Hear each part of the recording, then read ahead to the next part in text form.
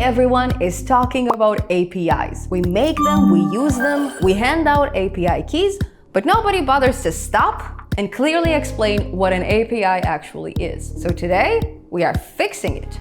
We will build our very own API absolutely from scratch, using a super simple example of delivering goods from New Jersey to New York. For this, we will use a library called FastAPI. And by the end of this video, you will have real, hands-on experience with designing, developing, and even embedding APIs inside your personal programs. Now, the best part is, we're not going to use those ugly, boring backends to test our API. No, we will use a beautiful custom application that I designed especially for this tutorial. And instead of the highly complex syntax that you see everywhere, we will simplify it so much that you'll be shocked. You have never seen API code of this kind, I promise. And finally, this video is brought to you by HubSpot, a powerful platform for sales, marketing, and customer relationships. We'll talk about them more shortly. So if you're ready, let's roll!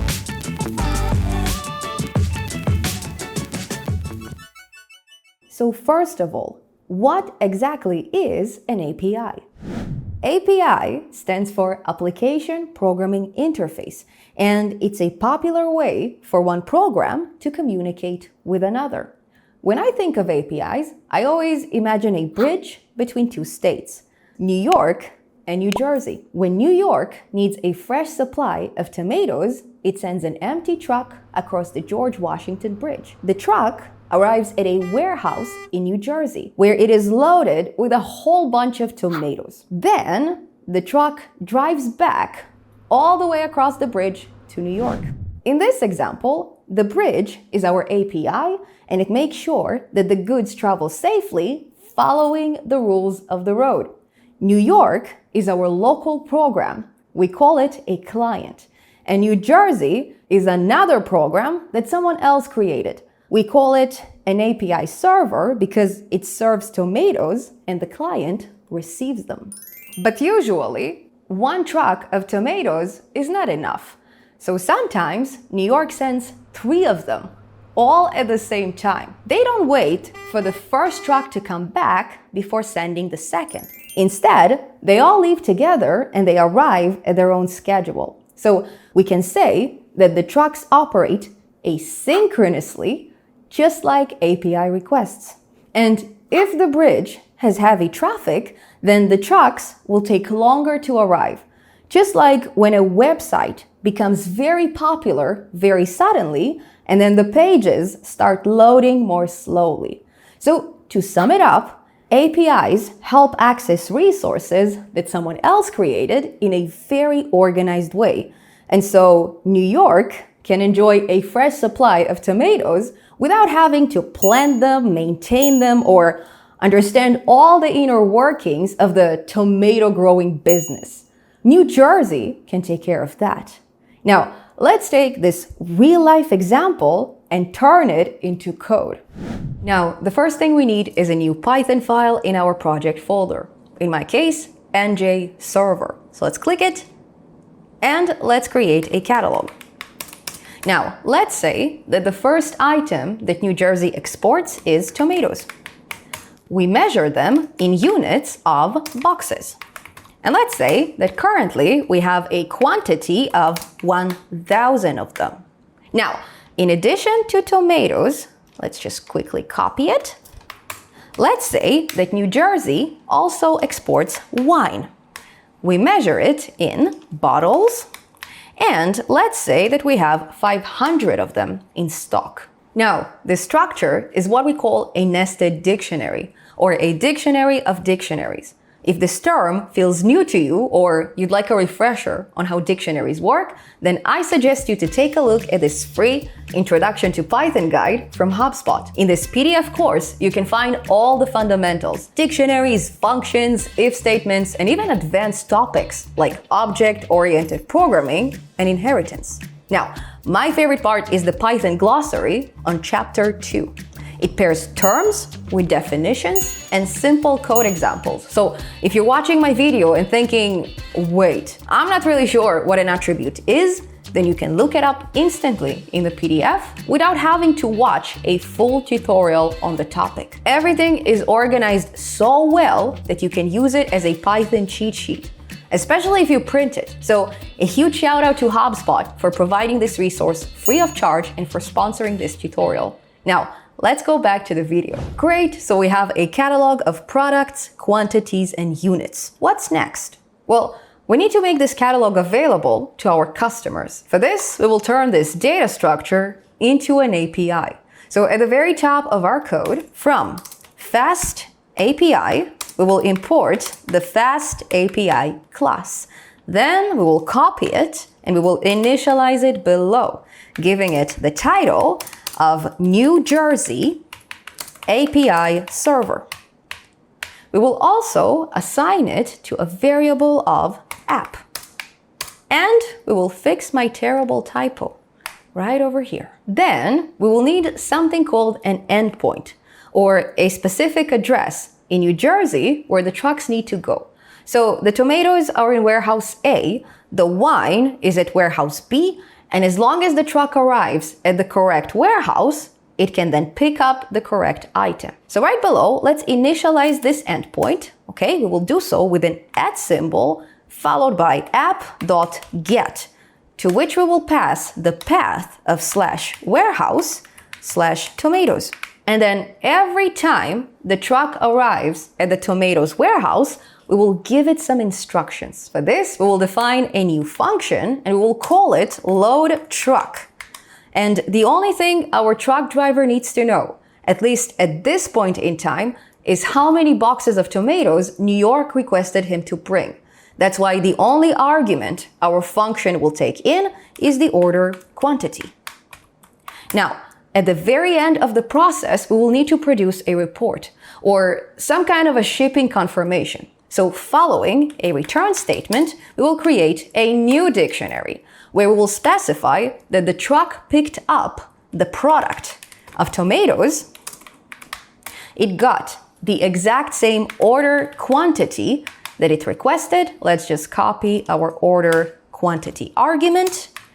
And then finally, they got it in the same units that we stored in our catalog. Okay, under catalog, in the product of tomatoes, in the key of units. Okay, and my head is probably blocking all of it. Okay, but what I'm trying to reference here is our catalog item of tomatoes under the key of units, which is of course boxes. Yeah, and since we're referencing our catalog right over here, we might as well create it first. So let's quickly copy the catalog from the very bottom and let's paste it up top.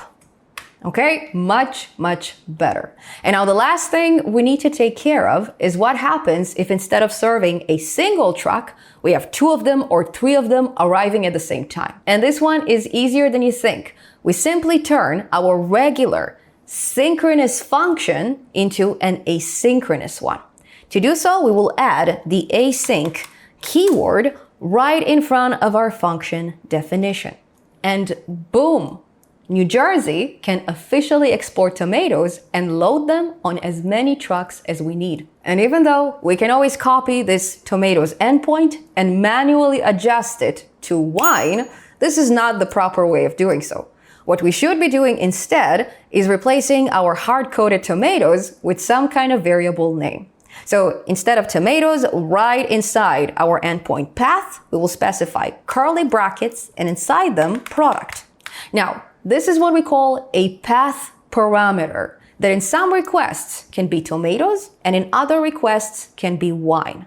And now our truck driver needs to know 2 things. So in addition to the order quantity, he also needs to know what kind of a product he picks up. So let's quickly copy our new path parameter and let's specify it as an argument in our load truck function. And now officially, we can replace every instance of tomatoes with it. We will do it above and below.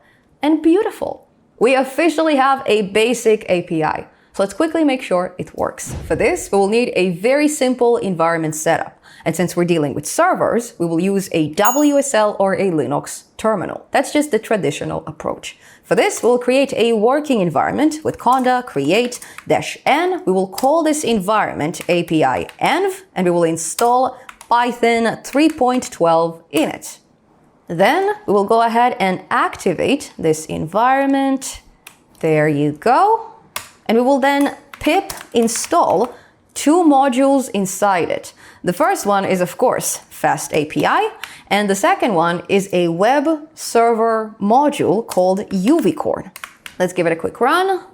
Then we will navigate to our project folder with cd, followed by the path, in my case, simple API, where our NJ server lives. Okay, make sure you can list it with ls. And now, once we are in the correct directory, we will run our API with Uvicorn, followed by the name of our file, NJ server, followed by colon and app.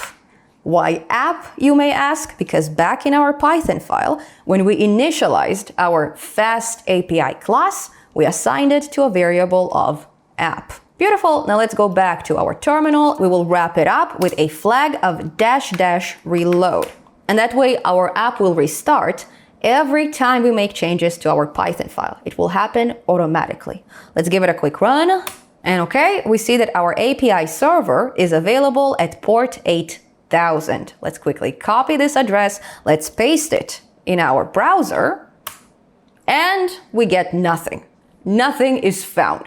But it doesn't mean that we messed it up, because if we go back to our Python file, we see that the only address in New Jersey that we are allowed to access is at /warehouse/product. So let's quickly copy this address from our file and let's paste it, okay, following port 8000 in our browser. There you go. And then we will replace product with one of our products, let's say tomatoes.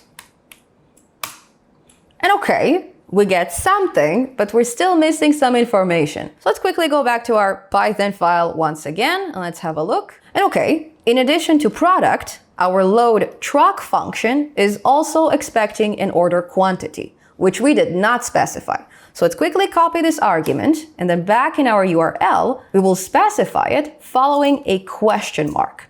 Then we will paste order quantity, and we will set it to something like 30. And beautiful. Now we are properly accessing our API. So in addition to the product and the order quantity that we already provided inside the URL, we are now also getting the units of boxes, which is something that comes directly from the API. Okay, but what if, in addition to the order quantity, we also want to specify a color? Then, back in our URL, following an AND symbol, we will chain an additional argument of color and we will set it to something like red. And that way we can specify as many arguments as we'd like and we can truly navigate our API. So by now you must be thinking APIs are kind of ugly. And you're right, they're not meant for humans to read and interact with. They're meant for programs. But if you'd like to view your API in a human-friendly way and not this raw kind of way, or the built-in backend that you can access with port 8000/docs. There you go. I don't know if this is much prettier either, okay? I actually designed a beautiful client, a custom one, just for you. So please navigate to my GitHub where you can clone or download it, and please follow the instructions in the README file. You will need to install a few additional modules. And then at the end of the process, your project folder should look like this.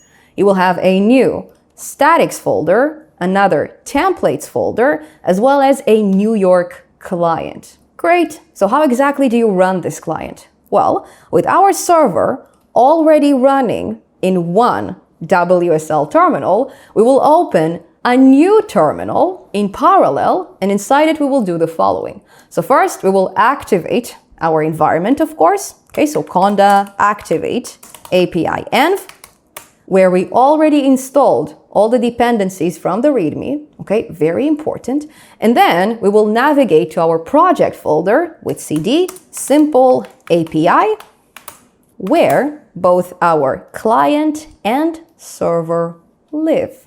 And then finally, once we are in the correct directory and in the correct environment, we will go ahead and paste the following command. And my apologies if my head blocks it. I'm just going to move to the side and hopefully you can see it well. So now instead of running our New Jersey server, we are running the New York client.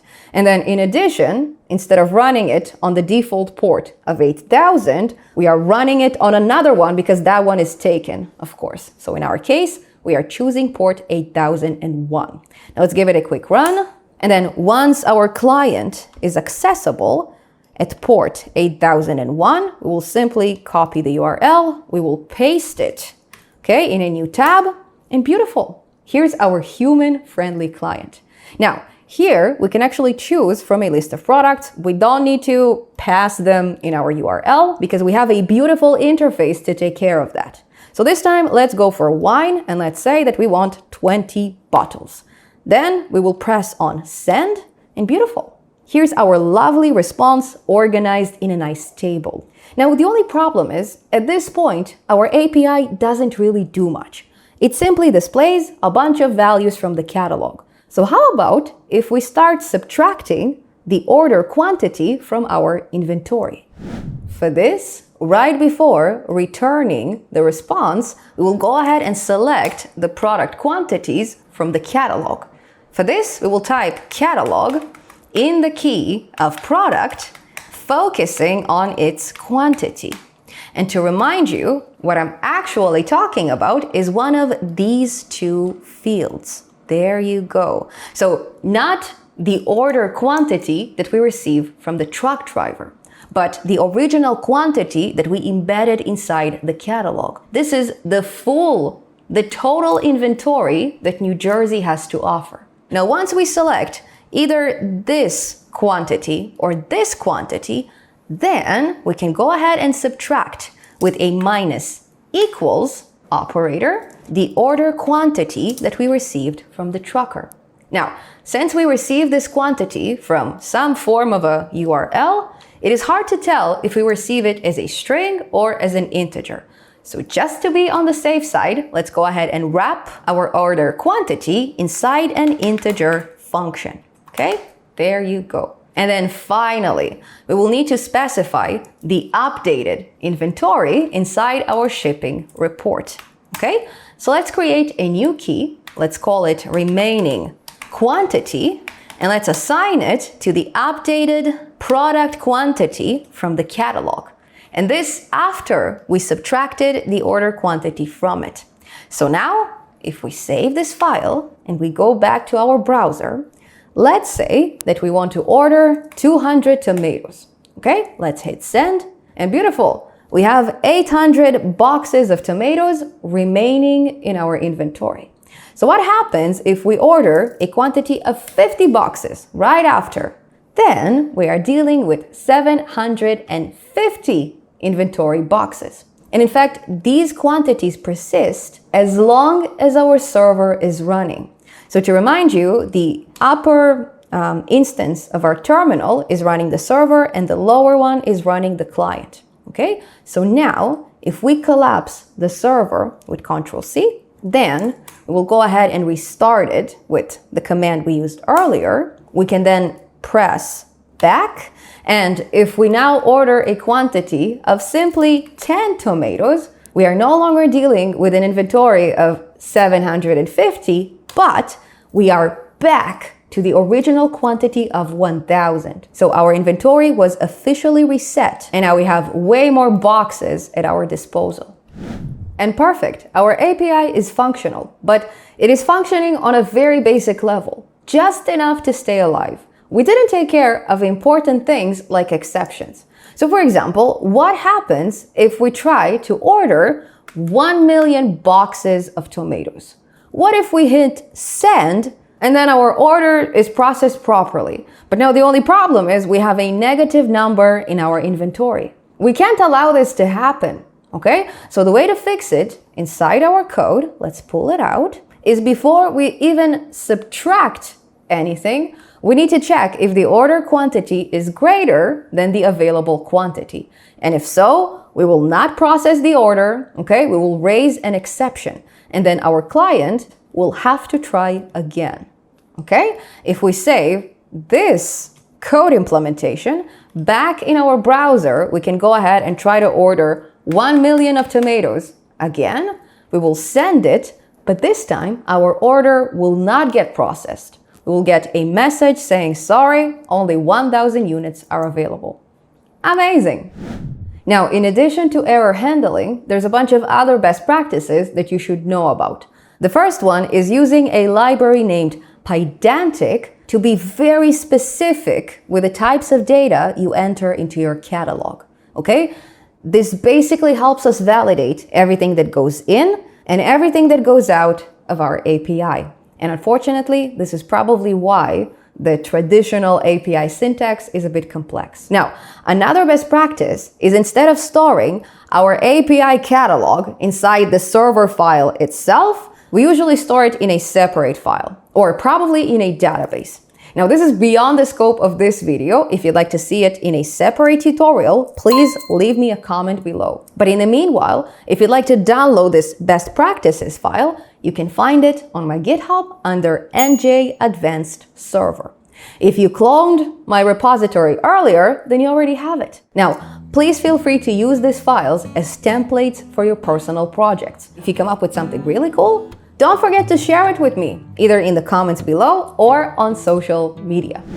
And thank you so much for watching. If you found this video helpful, please share it with the world. And don't forget to leave it a huge thumbs up and all kinds of comments. Now, if you'd like to see more videos of this kind, you can always subscribe to my channel and turn on the notification bell. I'll see you soon in an awesome tutorial. So in the meanwhile, bye-bye!